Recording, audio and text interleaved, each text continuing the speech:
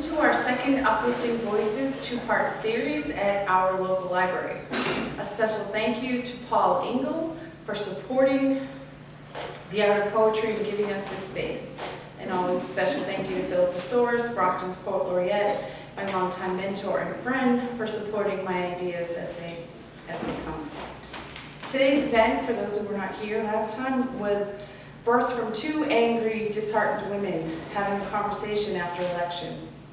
Both women heavy with imaginings of the direction of our country were heated, to say the least. One stated, "I didn't want to come here today and face everything, but I'm called to do the work." The work she spoke of was educating our children.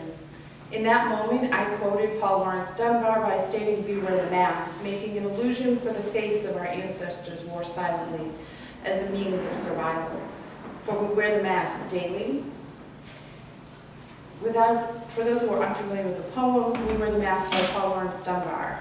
We wear the mask that grins and lies. It hides our cheeks and shades our eyes. This debt we pay to human guile. With torn and bleeding hearts we smile, and mouth with mired subtleties. Why should the world be ever wise in counting all our tears and sighs? Nay, let them only see us while we wear the mask. We smile, but oh, great Christ, our cries to thee from tortured souls arise. We sing, but oh, the clay is vile beneath our feet and long the mile. But let the world dream otherwise, for we wear the mask. To my comment, the other woman nearly had a conniption. She turned her head as if having an exorcist and said, "I will not wear the mask." Feeling a little uncomfortable? I said, I tried to explain my illusion, and that is what gave birth to this series.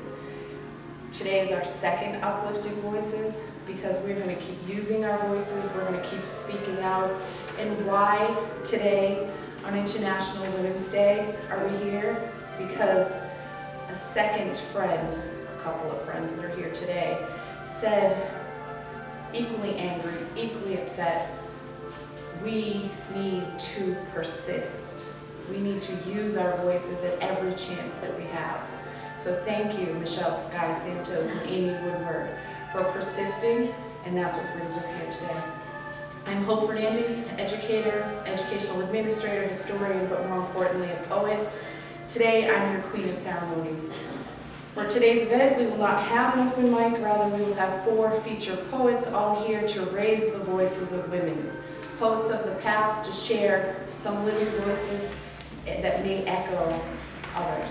Without delay, I introduce you to Amy Woodward, former attorney, mother, friend, grandmother, educator. Thank you, Your Majesty.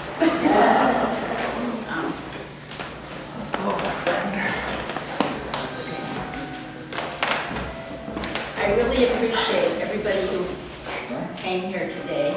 I'm going to give you the bad news first. This will be an exercise in participatory poetry because everybody has a voice. I will be asking each of you to contribute a word at the end of my poem. I'll explain more in due course. But first, in view of the task before us in reclaiming our country from the oligarchs and the kleptocrats, I'd like to read a poem about courage and resistance by Sylvia Sanchez, an anthem. Our vision is our voice. We cut through the country where madmen goose step and tune to Guernica. We are people made of fire.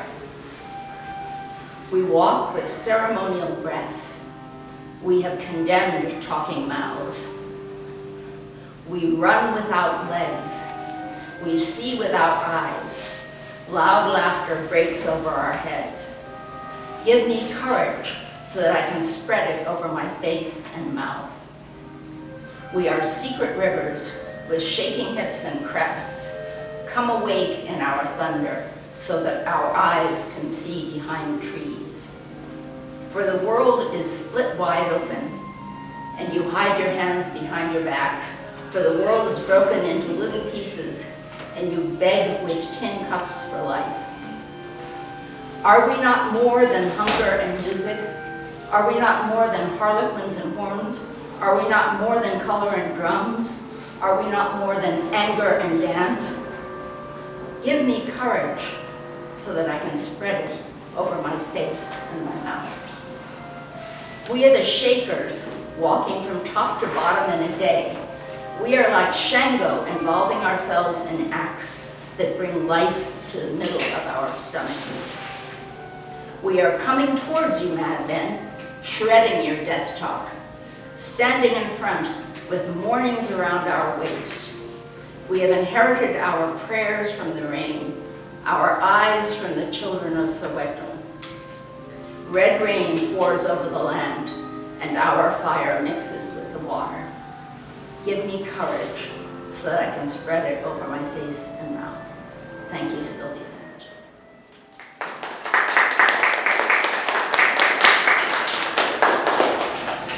I have a poem of my own to read too, but first I want to acknowledge the situation in which we find ourselves on this International Women's Day. This is a fraught time for raising women's voices. Last November, I went to the polls and raised my voice, as I'm sure you all did too, except those who aren't old enough,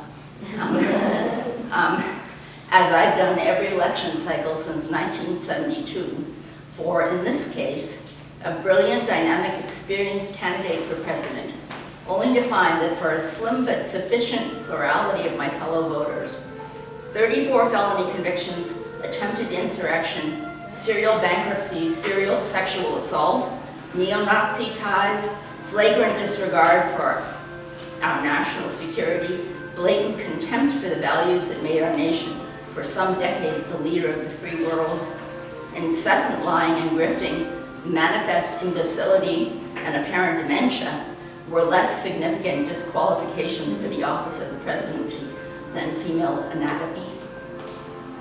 This was crushing, but I remembered the words of some of my heroes. First, Alexei Navalny, who simply said, "You are not allowed to give up." Also, the only thing we should fear is that we will surrender our homeland to be plundered by a gang of liars, thieves, and hypocrites. That we will surrender without a fight, voluntarily, our own future and the future of our children. Also, Senator Elizabeth Warren, who said, "Choose the path of most persistence." And Congresswoman AOC, "America is not for sale. We have an obligation to resist kings." So my mantra became, "We will persist. We will resist. We will take care of each other." A couple more quotes. First from Globe columnist Renee Graham, in a piece entitled "The Power of Resistance, One No at a Time," she noted, "No is a complete sentence and a salve." She went on to quote Arthur Ashe's advice for activists. "Start where you are, use what you have, do what you can." Finally, activist Jessica Craven reminds us not to be intimidated by evil billionaires because the many is more powerful than the money. Also, she tells us to remember that we not only stand on the shoulders of giants, we are becoming the giants for the next generation of fighters. Someday it will be our shoulders that are needed. The election was not the only hard hit I took last year. Earlier in the year, I learned that my lungs are under attack by a progressive disease that is gradually taking my breath and my voice. Nevertheless, I persist. I come here today with some thoughts about breath and voice, and while the microphone will help me somewhat, I'm going to ask all of you to help me as well. I ask each of you to think of a word, the word you most want the world to hear. And at the end of my poem, I will ask each of you to share that word, shout it out, or sing it out, or simply say it, or whisper it, whatever suits your style. I will ask you to share your chosen words First individually so that we can hear them all, and then all together so that we can raise our collective voices in a glorious noise. But please first listen to my poem, written especially for this occasion.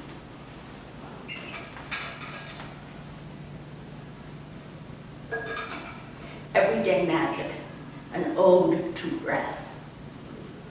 It is our first instinct, one slap on our slick little butts by the delivering angel, whether MD or midwife or state trooper by the side of the highway, and we gasp, swallowing a greedy gulp of the atmosphere of planet Earth. Our first inhalation, inspiration, is the gift of air, and if all goes well, we let it right back out in a healthy wail that announces, I'm here, I have needs, feed me, protect me, keep me warm, love me, and stop slapping my ass. This is our first clue to what our breath is worth and what it can do. In time, we learn to shape our breath into words, and to spin the words into threads, and weave from them the fabric of our lives and our relationships. Mama, dada, mine, more. No! What does it mean? Why? Play with me. Teach me. Show me how. Let me try. Let me do it. I'm sorry. Forgive me. I love you. Hold me. Share your life with me. Make a family with me. I do. Till death do us part. I can help. Let me. Remember me. Or our breath may learn to form musical notes, arias, anthems, whines, howls, thinking of a certain dog.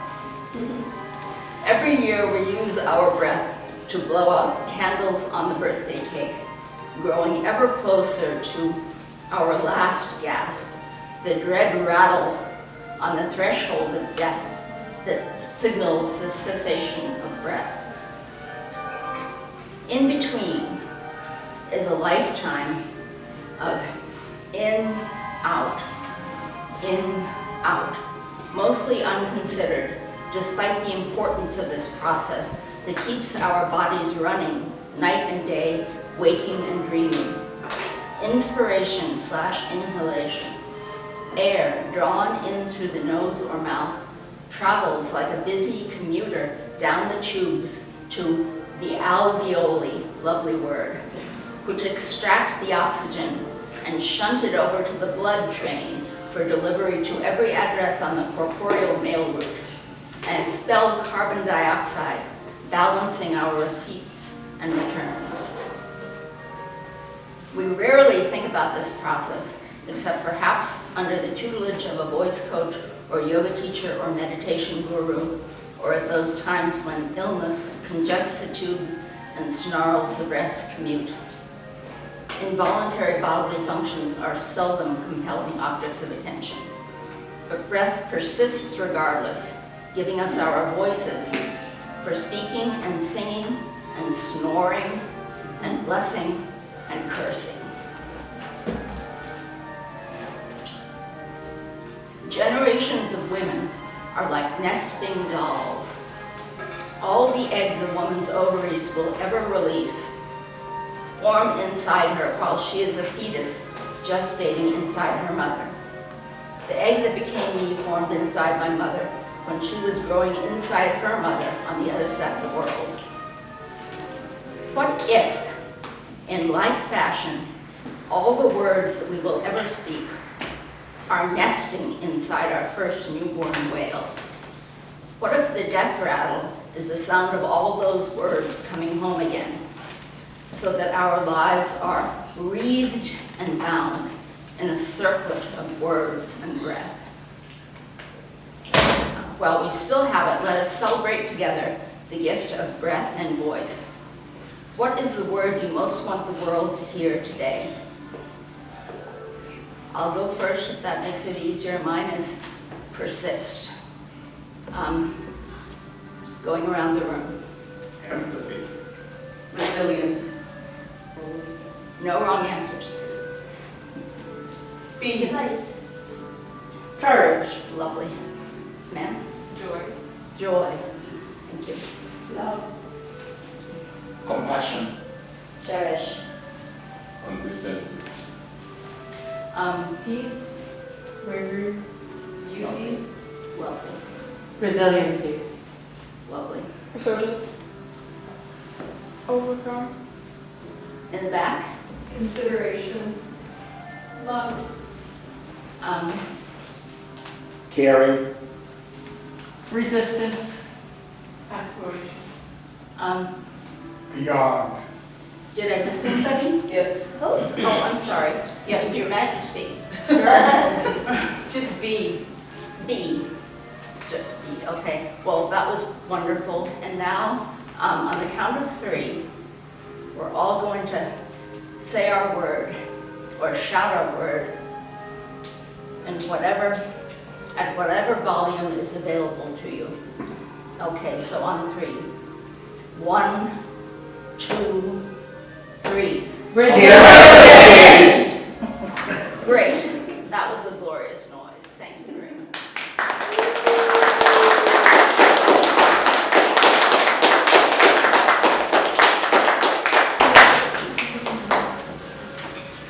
Thank you, Amy. Years ago, too many years that I want to count, Amy was a new teacher where I was working and invited me to her home. And that afternoon, we read poetry and were in tears together, and I just knew this was going to be a lifelong friendship. And so it is. Thank you, Amy. Our next poet is Hannah Baptiste, Brockton Youth Poet Laureate from 2022 to 2024. Welcome.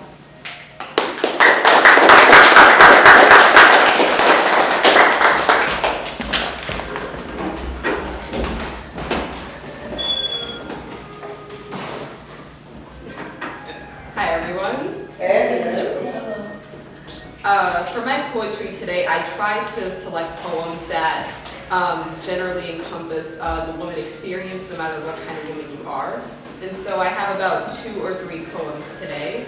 My first one is about like belonging, because I'm pretty sure I wrote this poem after Halle Bailey was casted in The Little Mermaid, and they tried to make her feel like she didn't belong in these stories.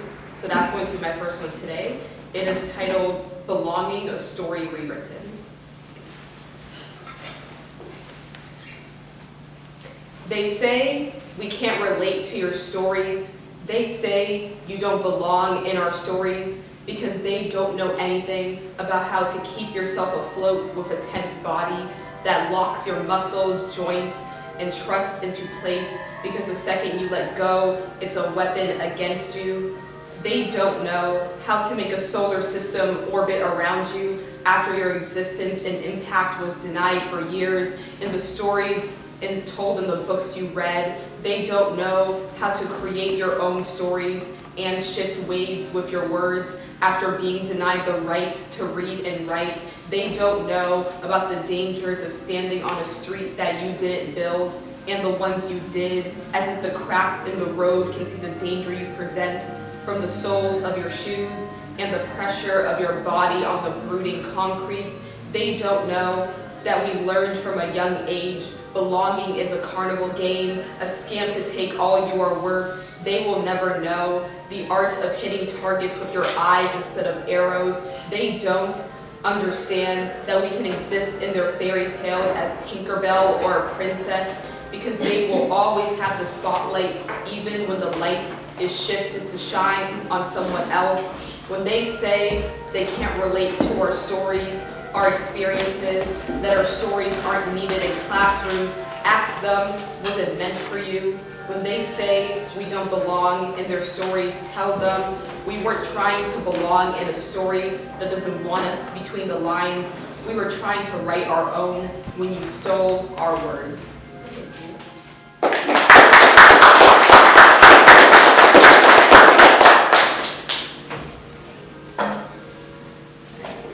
My next poem, ironically, is also a poem that I wrote after the election in November. It's simply just titled Election Day. It was the first It was the first election I was able to vote in because I'm 20 now, somehow. And I felt so proud to be casting my vote for a Black woman. Yes. The first one to make it that far. And I was very disappointed with the outcome, as I'm sure a lot of people were. And so I wrote this poem to deal with my frustrations that women, particularly Black women, deal with in any spaces, especially the political atmosphere, which is what inspired this poem. So this poem is simply just titled Election Day. I'm familiar with the stories of my people, especially an old tale reworked through today's diction and yesterday's tropes. A Black woman tries to enter white areas, surrounded by walls with barbed wires of suppression and guards of oppression, with serpents hiding in the nature we once connected with, ready to attack intruders that threaten the future of our nation. Today, the tale begins as this. Kamala Harris makes historic bid for presidency and loses because people didn't believe a Black woman was worthy of leading the country her people built. Too many of us have heard similar stories since childhood, stories where the fights lost are not representative of our efforts and have been forced to hold back tears since the pain has cycled through your body so many times you become numb to it. The tears I want to cry today will fill a pitcher my descendants cannot drink from. These tears would leave every pore on my body. The tears from battles won will soon forget to cycle the earth. As the dams we built to block prejudice break down and water floods through the beautiful world we built, the tears I want to cry today are for the peace of mind I have lost on the way here. The tears I want to cry today are for the Black women who believe they can no longer dream, those who forgot the world sees us through lazy eyes and refuse to wear glasses to see past the blurriness of their ideals. We should be allowed to hope that the world may see us as we see ourselves, but instead we weep for the pain in our lungs that persist with every breath, and for the dreams that have met their death. We weep for the war we cannot sign a treaty for, even though we cannot take the violence anymore. We weep for our children who have to continue fighting the battles of oppression and stereotypes that others keep forging. We weep for the progress we thought we had and for the successful growth of the budding flowers of understanding we hope will be given in bouquets to all. And we weep for our very existence that is submerged in the heat of a million suns, necessary for everyone's existence, but toxic to the touch. But our weeping will not be in vain, for we will overcome this asteroid, just like those before us. For the Black women who believe they had the power to be the first and have learned that the woman will never want to quench their thirst. We come together to lift ourselves up because it is the only way above the walls with barbed wires that await us when we try to cross the border to a better life. Kamala Harris may have been the first to try, but she will not be the last, because the vines of a good story are ones that others will pluck from the fruit of inspiration from and use it to continue telling a story for as long as it needs to be cycled through the earth until its meaning is understood by all who inhabit it. Thank you.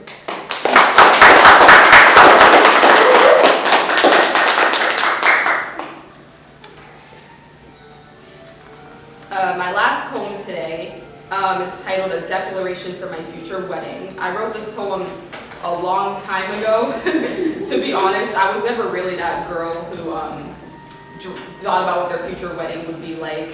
And I just want, like, whatever future marriage I have to be one of equality and one where women feel empowered. And so I'm going to read this poem that I wrote, titled A Declaration for My Future Wedding. When I get asked what my dream wedding would look like, I feel my insides run into a dust storm.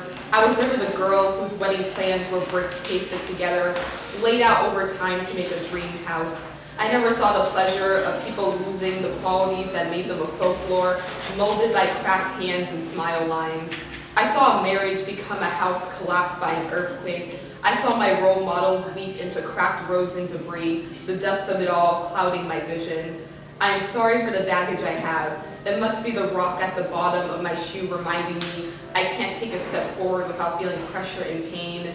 They say you have to learn how to cook and clean for your future husband. You must be submissive, but I am a well of honesty. I will not bite my tongue into a cutting board around you. I may have been born near Mother's Day, but I will not be that role for a grown man. And I will crack my chest open before being submissive. I am a psalm, a dragonfly, an ancient artifact archaeologists are waiting to discover. The glint in my eyes and the sunlight that hits my hair will show you that I am the shooting stars you wish on. We will be equal shareholders in this agreement we ink onto our hearts. I will not be crushed by fallen bridges and feel my lungs turn into piles of dust. Before it happens, I will send tumbleweeds of blazing fire. I will never send my dreams into potholes to satisfy another. And just like the scales of justice, one of us won't have more weight than the other. I don't know what my dream wedding would look like, but I will never lose the magic in my shooting stars. Thank you.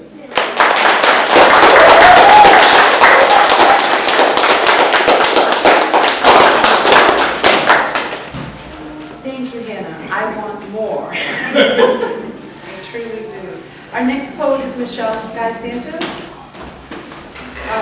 She's a social worker, author, poet, mother, and my friend.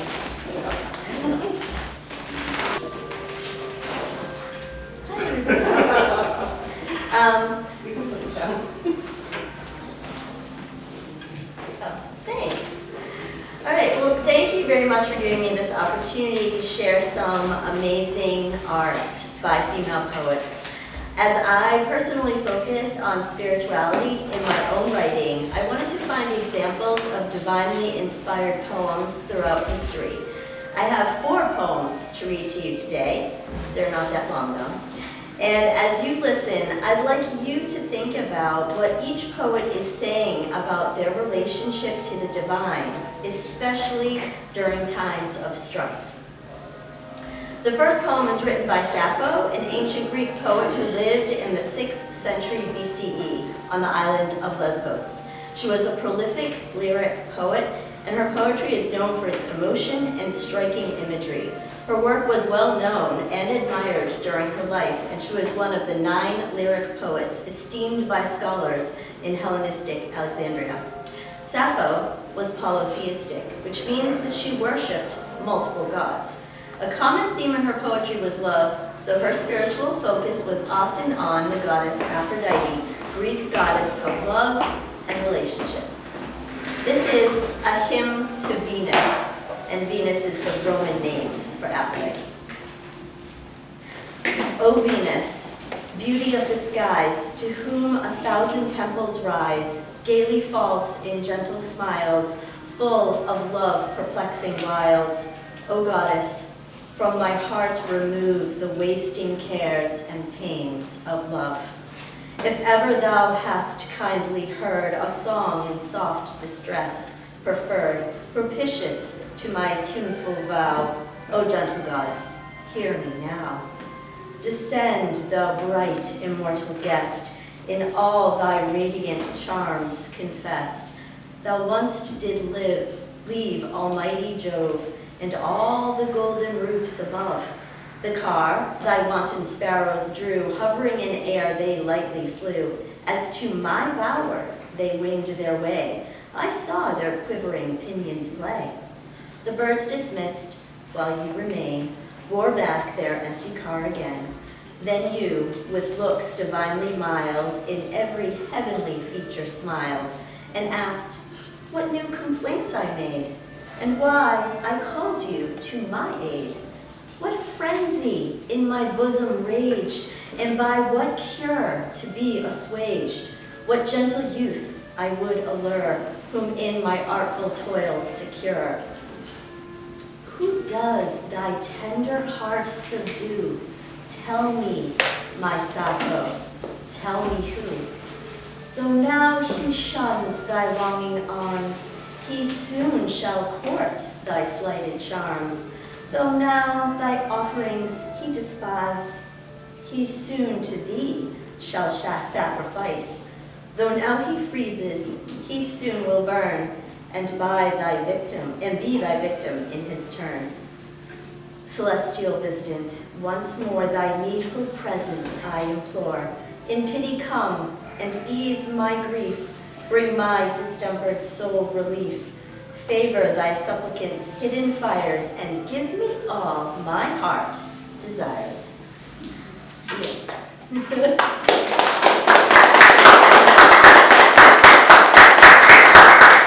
All right, so now we're going to move 1,000 years into the future to a poet named Rabia, a Sufi saint who lived in Basra, southern Iraq in the 8th century CE. As is often the case with saints, her life is shrouded in mystery. Was she real? Was she a figure compiled from a collection of stories? No one really knows. A lot of the writing associated with Rabia resembles stories of her teachings, with the format being question and answer between a nameless student and Rabia. This was a common technique used to spread religious and philosophical ideas and concepts. Sufism is Islamic. However, it does bridge the Muslim and Christian religions. It is monotheistic, so Rabia's divine focus is Allah. My joy, my shelter, my hunger, my friend, my food for the journey, my journey's end. You are my breath, my hope, my compassion, my craving, my abundant wealth. Without you, my life, my love, I would never have wandered across these endless countries. You have poured out so much grace for me, done me so many favors, given me so many gifts. I look everywhere for your love, then suddenly I am filled with it. O captain of my heart, radiant eye of yearning in my breast, I will never be free from you as long as I live. Be satisfied with me, love, and I am satisfied. The end. All right, so that's Rabia, and you can find some poems, like some books of her poetry if you are interested in those. Moving a little bit closer to where we are right now, I'd like to introduce the poetry of Hildegard von Bingen, a German Benedictine abbess in the 12th century CE. Known as the Sibyl of the Rhine, Hildegard was a mystic, a visionary, a composer, and an herbal healer in the High Middle Ages. She was very much influenced by the lush natural landscape of Bavaria. Hildegard was Christian, which is a monotheistic religion, and thus her spiritual focus was God, but also the Virgin Mary, Mother of God. And this is a song to Mary. You glowing, most green, verdant sprout, in the movement of the Spirit, in the midst of wise and holy seekers, you bud forth into light. Your time to blossom has come. Balsam scented, in you the beautiful flower blossomed. It is the beautiful flower that lends its scent to those herbs, all that had shriveled and wilted. It brings them lush greenness once more. That's it. All right, so the last one's a modern poem. This is a modern poet from the 21st century. It's Laura Tohi. She is the second Navajo Nation Poet Laureate. She is a poet, a writer, and an oral historian and scholar of indigenous literature and story. Like Sappho, she writes lyrical poems, but hers are rooted in her native heritage and the environment of her people, namely the American Southwest. As story is so important to the continuation and revitalization of the native peoples, Ms. Tohi often focuses on the larger-than-life deities that formed the land, the people, and the culture of the Dene. This particular poem that I'll be reading focuses on the spirituality of the land. And it is called My Eyes Are Small, an homage to the Grand Canyon. My eyes are small. They take only tiny licks at the walls of this canyon. My ears pick up my late brother's steps cracking on the Kabob Trail. My voice, a whisper, a feather drifting on the wind. And yet my soul, immense with the millennia of rocks and stars, rises, rises, rises, rises.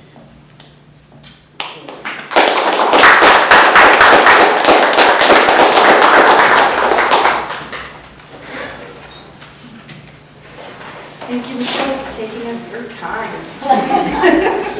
Our next poet, our penultimate feature is Miss Nicole Tamarisk, a teacher, author, political activist, mom, and my friend.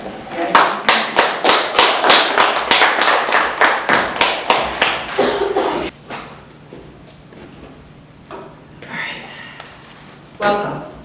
I'm going to give you some background around my choices for this poetry reading event because we are all here today to celebrate the voices of women. And let me just say that the hardest part about today for me has been to narrow down which voices I wanted to share with you all because there are just so many magnificent voices to choose from. So much of being a woman is unlearning this idea that we should shrink in size, in voice, and in stature. That somehow we should bend our backs towards men as if they are the sun and we are here for their benefit alone. I personally struggled a lot with my own journey toward becoming a feminist, who is unafraid to share the radical notion that men and women are indeed equal and deserve to be treated as such. Yet the diversity of women's experiences means that our stories are varied and complex. There is no single story to womanhood. Therefore, the pieces I share today, I think, reflect this diversity, offering you all a kaleidoscope view of womanhood. I hope you find them meaningful. The first poem I want to share with you today is by an Indigenous poet, playwright, author. Her name is Joy Pardo. The title of this piece is Perhaps the World Ends Here. The world begins at a kitchen table. No matter what, we must eat to live. The gifts of earth are brought and prepared, set on the table. So it has been since creation, and it will go on. We chase chickens or dogs away from it. Babies teethe at the corners. They scrape their knees under it. It is here that children are given instructions on what it means to be human. We make men at it, we make women. At this table we gossip, recall enemies and the ghost of lovers. Our dreams drink coffee with us as they put their arms around our children. They laugh with us as our poor falling down selves and as we put ourselves back together once again at this table. This table has been a house in the rain, an umbrella in the sun. Wars have begun and ended at this table. It is a place to hide in the shadow of terror, a place to celebrate the terrible victory. We have given birth on this table and have prepared our parents for burial here. At this table we sing with joy, with sorrow. We pray of suffering and remorse. We give thanks. Perhaps the world will end at the kitchen table while we are laughing and crying, eating the last of the sweet bite. All right, so the next piece I want to share with you.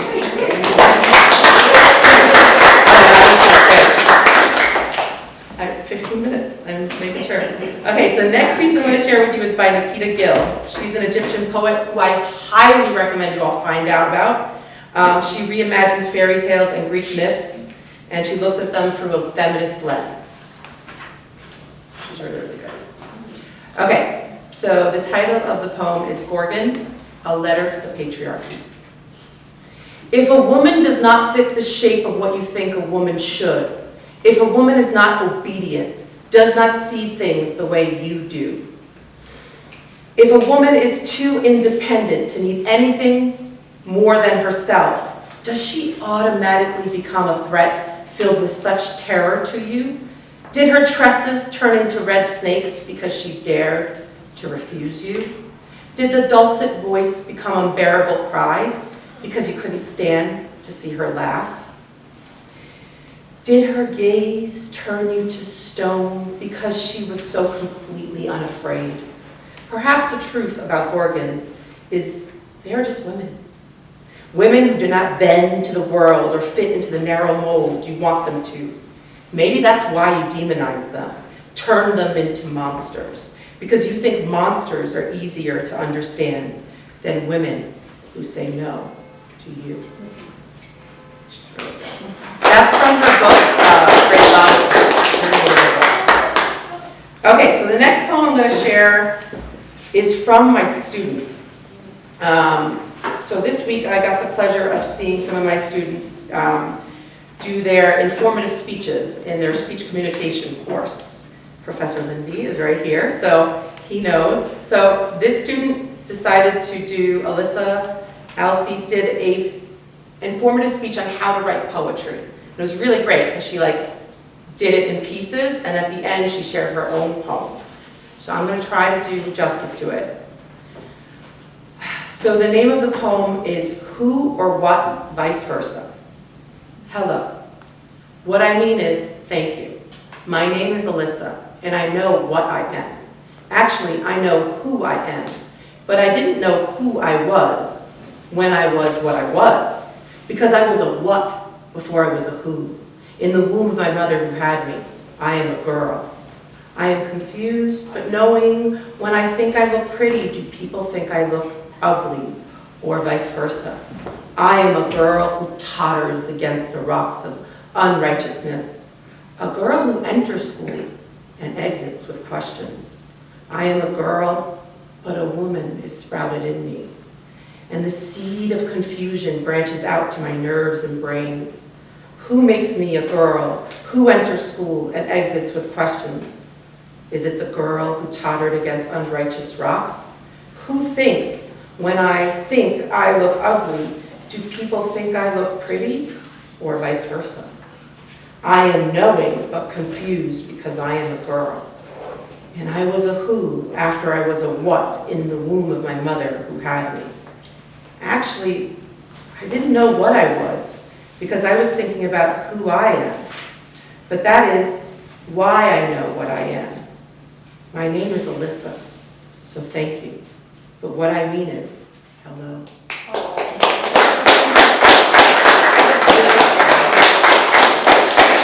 Okay, this is one of my favorite poets of all time, and I hope I don't butcher this. She's a fellow New Yorker. Her name is Elizabeth Acevedo. Yes. She is a spoken word poet and author. She wrote the book The Poet X, which is actually written in verse. My students this year have had the pleasure to read in my ELA class. So the title of the poem is Afro-Latina. I am not Afro-Latina, but I am Latina, so I will do my best. All right? See. Afro-Latina, camina conmigo, salsa swagger anywhere she go, dance to the rhythm, beat the drums of my skin, Afro-descendant, the rhythms within.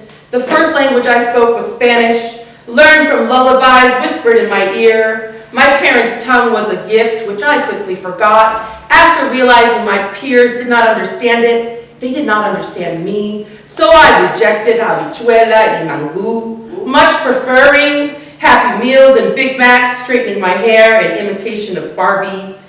I was embarrassed by my grandmother's colorful skirts and my mother's broken English, which cracked my pride when she spoke. So shit, I would poke fun at her myself, hoping to lessen the humiliation, proud to call myself American, a citizen of this nation. I hated my caramel-colored skin.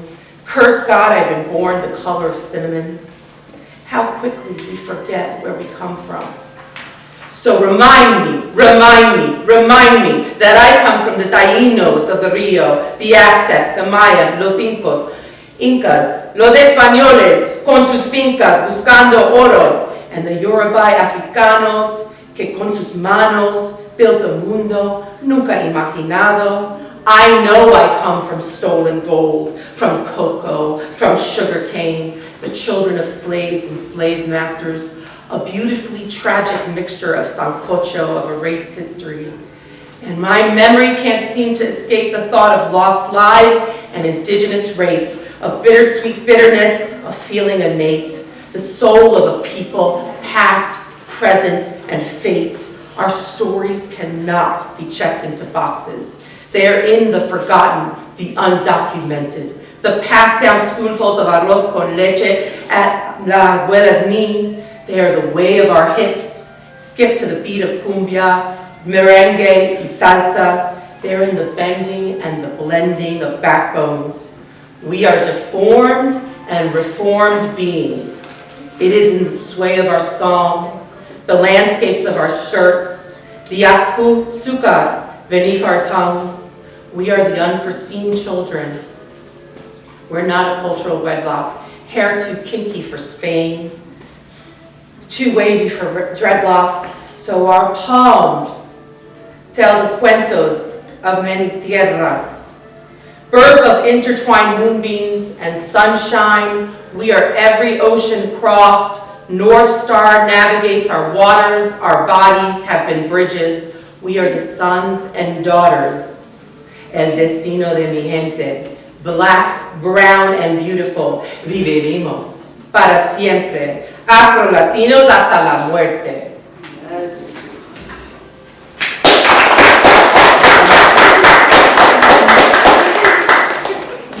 I got it. It's 10 minutes, so I got it. Okay, okay, so the last poem I want to share, I'm going to be a little bit vulnerable. I'm going to share one of my own. I did not finish this yet, but here we are. Before I begin, I want to dedicate this last poem to my friend and colleague, Hope, who introduced me to this poetry reading event a few years ago. And she has awakened a part of me that had been dormant for quite a while. She reminded me that writing is something we can all return to, and that the mothering, the teaching, and the living have all been noble pursuits. Part of ourselves can atrophy for a time, and we can resurrect them by tending to them like flowers in a garden. So thank you, Hope. And so the title of this poem is Hope is a Small Rebellion. All right. A little bit more context. Dunbar. We've been teaching Dunbar, symbolism, Maya Angelou, and caged birds. So hopefully you'll catch all the illusions. All right, Hope is a small rebellion. She talks with the pencils that Dunbar saved for her. Bars in a cage, they snap right off, and she glues them to her back, fastening them in a wild and haphazard attempt to make wings, to take flight like Icarus. This might not end well, but she has no other choice but to try. The world is not built for her. It reeks of cologne and cigars and locker rooms. Her desire is to dream away this nightmare, where might equals right, where the suit on your back becomes the measure of a man. Somehow, this does not seem right. She dreams of the magic of ordinary days, where words once mattered, words like diplomacy, not megalomaniac lunacy. The thought of freedom sears her frontal lobe. It forces her to stand once more. She can do this. She can write her way out of this cage with words, with songs. She just has to remember the way her ancestors taught her. Free at last, free at last. Thank Lord Almighty, I am free at last. I'm gonna try this.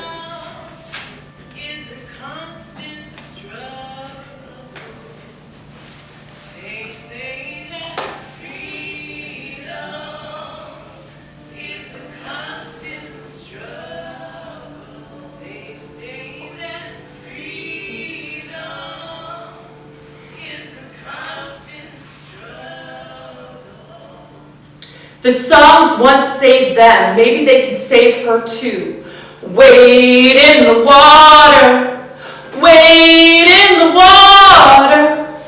Hoping the scent of her curves gets washed away in time so she can hike, she can take a trail out of this nightmare, hike her way to freedom, to salvation. If only her legs could travel fast enough, if only the world could stop spinning off its tracks. Her wings are almost finished. She just needs one more line. How do we escape this, though, when the sky is littered with the broken promises of corrupt politicians, billionaires who rule like fools, who chainsaw massacre their way through life, destroying hordes of people with the simple click of their keys? Their hubris flows dripping from their lips, clogging the airways. Her outrage is red hot like a red stove! Because justice is a river we have all known. Salma's Bridge, skulls bashed in, Bloody Sunday was just the other day. March 7th, just the other day. Same old story, but with a different name. We can all hardly breathe from the stench of this hypocrisy. We can't shake this sense that the world has gone mad, thinking to ourselves, is this the end of days? Because there is a bull in the china shop, a horse loose in the hospital, life feels like it's going to break us. Every piece of you and me feels shattered when we turn on the TV. How do we make sense of this new reality? By melting the wax, creating new wings, a new purpose, a new meaning. Trust that the cracks are where the light gets in. By melting the wax, creating new wings. And sometimes in this brokenness, this is where we find our greatest wholeness. We find the courage to rebuild, to reimagine. We redefine what it means to be strong. By melting the wax, by creating new wings. We are not broken. We are merely breaking fruit. We need to melt the wax, dip the feathers, and seal them onto our backs, clog the airways with our own message. We have to rise. Rise out of this labyrinth. Yes, there is a bull in this china shop. He really is a horse loose in this hospital. But this orange man with tiny hands cannot defeat hope. Hope. You see, hope is a small rebellion. Hope is a thing with feathers that perches in the soul. Hope starts with us right now. Getting out of our seats, getting off our screens and onto these streets by melting the wax, creating new wings, flinging a plea to the heavens, finding our voices like a caged bird finds its song. Hope is in the air right now. Hope is the distance between you and me. Hope is a small rebellion. Join me and you'll see.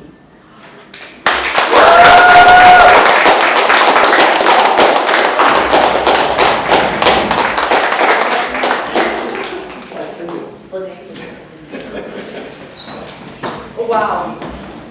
Oh, wow. I don't even know what to say other than thank you. Thank you. Again.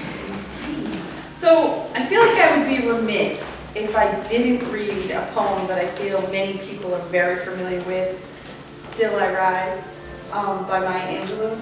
Because as we persist and as we reflect and as we fight back, we need to remember that no matter what's thrown at us, we will rise. So Still I Rise by Maya Angelou. You may write me down in history with your bitter, twisted lies. You may trod me in the very dirt, but like dust, I'll rise. Does my sassiness upset you? Why are you beset with gloom? 'Cause I walk like I've got oil wells pumping in my living room?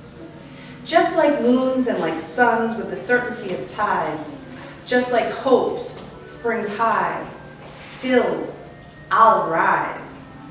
Did you want to see me broken, bowed head and lowered eyes, shoulders falling down like teardrops, weakened by soulful cries? Does my haughtiness offend you? Don't take it awful hard, 'cause I laugh like I've got gold mines digging in my own backyard. You may shoot me with your words, you may cut me with your eyes, you may kill me with your hatefulness, but like air, I'll rise. Does my sexiness upset you? Does it come as a surprise that I dance like I've got diamonds at the meeting of my thighs? Out of the huts of history's shame, I rise. Up from the past that's rooted in pain, I rise. I'm a black ocean, leaping and wide, welling and swelling, I bear in the tide. Leaving behind nights of terror and fear, I rise into a daybreak that's wondrously clear. I rise, bringing the gifts that my ancestors gave. I am the dream and the hope of the slave. I rise, I rise, I rise. Thank you.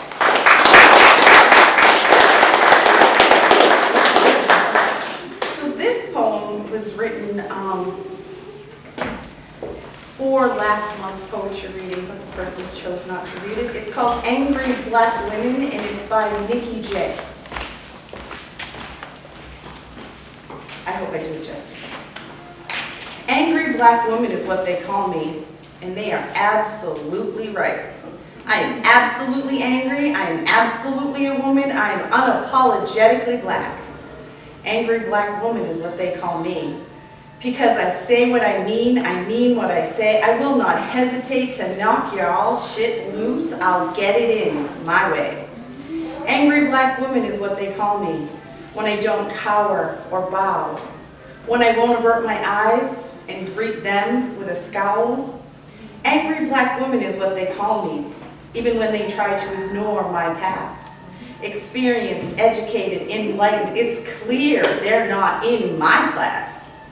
Angry black woman is what they call me. So that's what I will be.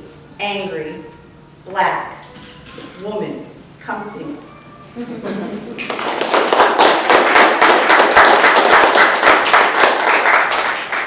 And my final poem is one I'm still grappling with.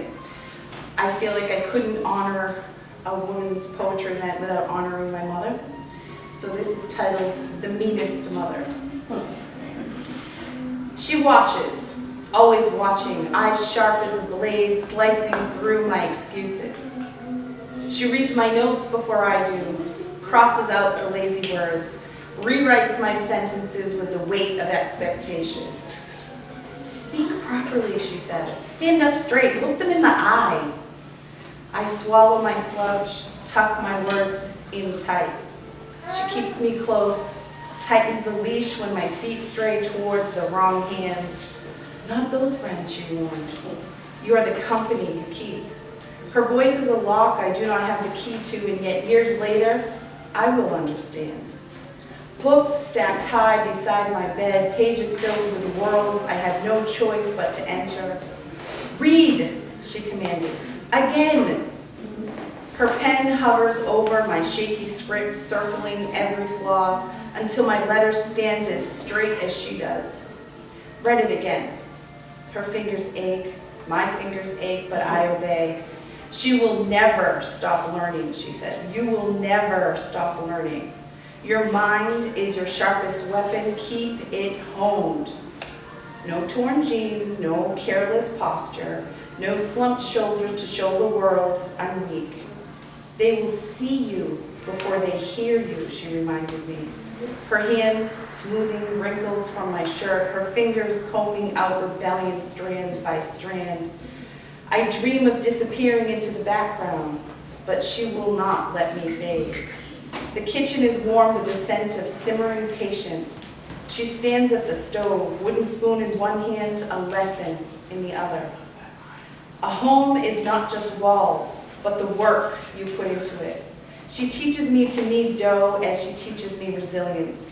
To season food as you season your spirit. Your family will eat because you cared enough to make them what you could. The floor gleams, counters wiped bare, the weight of order pressed into every surface. A cluttered home is a cluttered mind, she'd say, handing me a broom, a rag, a responsibility. There's no room for laziness here, only the rhythm of work, the hum of discipline. She does not believe in luck, only in the weight of effort. The world owes you nothing, she tells me. You will work twice as hard and ask for half as much. So I rise early, I stay late, run until my lungs burn, grip my pen until the ink stains my skin. I scrub, I read, I cook, I work, because she made sure I knew how. The meanest mother, I call her, behind closed doors, in whispered defiance. The meanest mother, I cursed, as she pulled me towards a future I could not see. The meanest mother, I thank, because now I stand on my own.